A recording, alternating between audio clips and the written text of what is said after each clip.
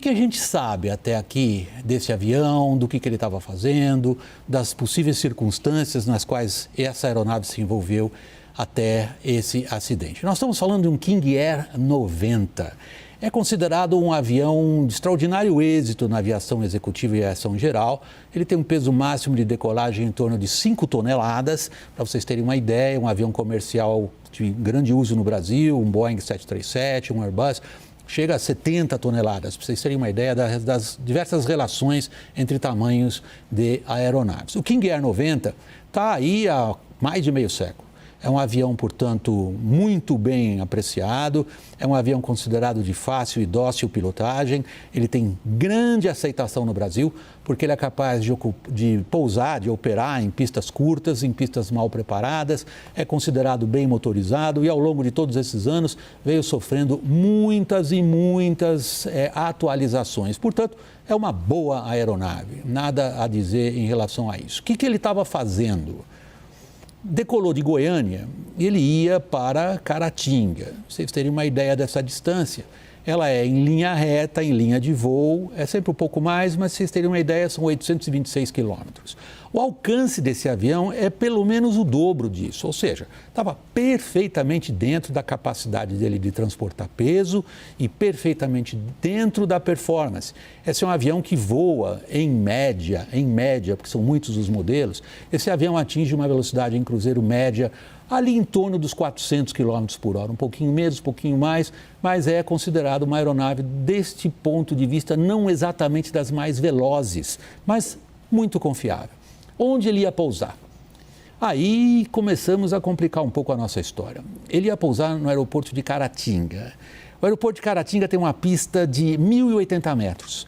Para uma aeronave desse tipo, 1.080 metros não é exatamente curto, mas também não é algo que dá ao piloto um enorme conforto em termos de tamanho.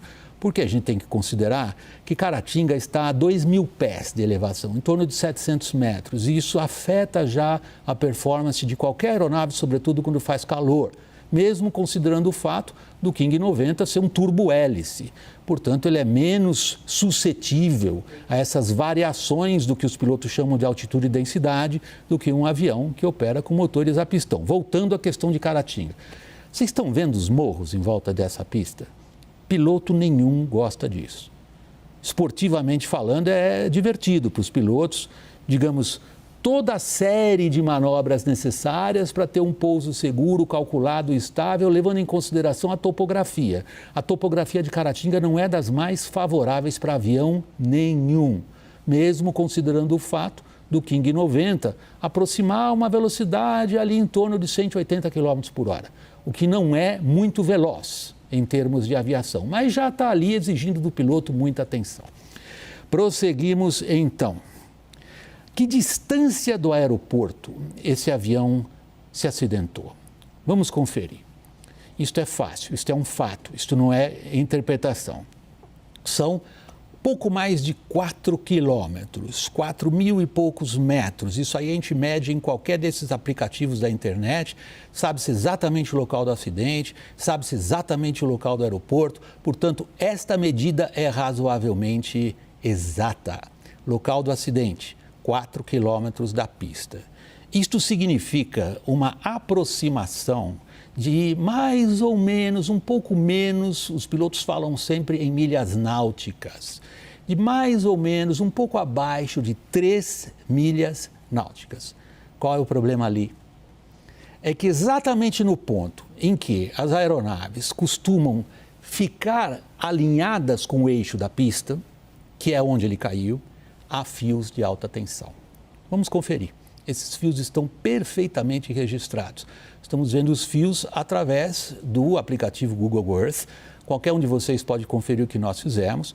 Fios presos a torres de alta tensão deste porte, mais ou menos 35 metros de altura tem uma torre dessas. Então, podemos considerar que os fios estavam, no mínimo, a 35 metros acima do solo e vamos considerar que as torres, por sua vez, estavam em cima de morros que também têm uma elevação. Esse cálculo razoavelmente, digamos, bruto que nós estamos fazendo, Permite, porém, que a gente veja uma outra questão. E aí nós começamos a falar diretamente do acidente. Existe um cálculo na cabeça de todo piloto quando vai pousar por regras de voo visual num aeroporto desconhecido, que é manter uma rampa, como os pilotos dizem, ou seja, um ângulo de descida que lhe permita ter a aeronave perfeitamente controlada em termos de direção para onde ela vai, mas principalmente em termos de quanta altitude ele perde por distância que ele percorre. Vamos voltar para o nosso cálculo. O cálculo é o famoso 1/3, que todo mundo aprende no aeroclube logo no começo. Se falta 1 milha para chegar na pista, eu tenho que estar a 300 pés acima do solo. Se faltam 2 milhas para eu chegar na pista, eu preciso estar a 600 pés acima do solo. O King 90, no qual se acidentou a cantora, ele bateu a 2,6 milhas do aeroporto, ou seja, ali onde ele se chocou com o fio de alta tensão, ele teria que estar a 780 pés. Continha simples, certo? Pois os fios de alta tensão ali estão a mais ou menos 300 pés. Em outras palavras, este avião voava naquilo que os pilotos chamam consideravelmente abaixo da rampa.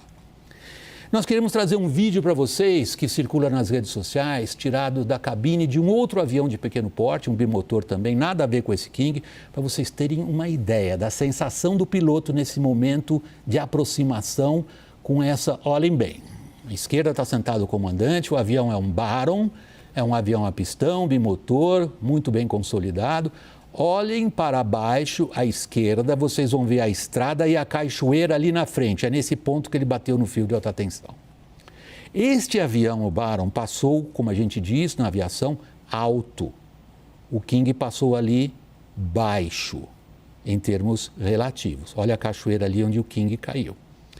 A câmera agora vai levar o olho de vocês em direção à pista, que os olhos treinados de um piloto conseguem identificar lá na frente, lá longe no horizonte. É esta a visão que o piloto queria ter.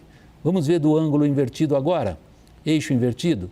Como é que é estando na pista e vendo um avião, nesse caso é um King Air, se aproximar? Percebam que esses morros, para quem não é da região, para quem não conhece, dão inevitavelmente um nervosismo muito grande em qualquer piloto. Resumindo, então, o que nós podemos dizer a respeito dos fatos. Nós temos exatamente calculado em que ponto o avião caiu. Nós sabemos que à altura do solo os fios de alta tensão se encontram e a empresa confirma que o avião atingiu o fio de alta tensão. Nós sabemos pelas regras de 3 simples qual teria sido o ângulo ideal de descida e aí é um fato do qual a gente não pode fugir. Este avião estava em um ângulo de descida pouco mais baixo do que seria o ângulo de descida ideal. Qual a razão do piloto ter escolhido essa aproximação numa rampa mais baixa? Esta é o ponto importante, é um ponto importante para a investigação. O fato é que ele estava numa rampa mais baixa, num lugar talvez... Isso aí os pilotos falam por experiência própria, conversamos com os pilotos que operam em Caratinga, é um aeroporto que exige um bom conhecimento da localidade e que psicologicamente nos pilotos às vezes traz essa necessidade, deixa eu ficar um pouquinho mais baixo, mas isso daí é da minha parte, apenas supondo. É impossível escapar da emoção que isso daí causa.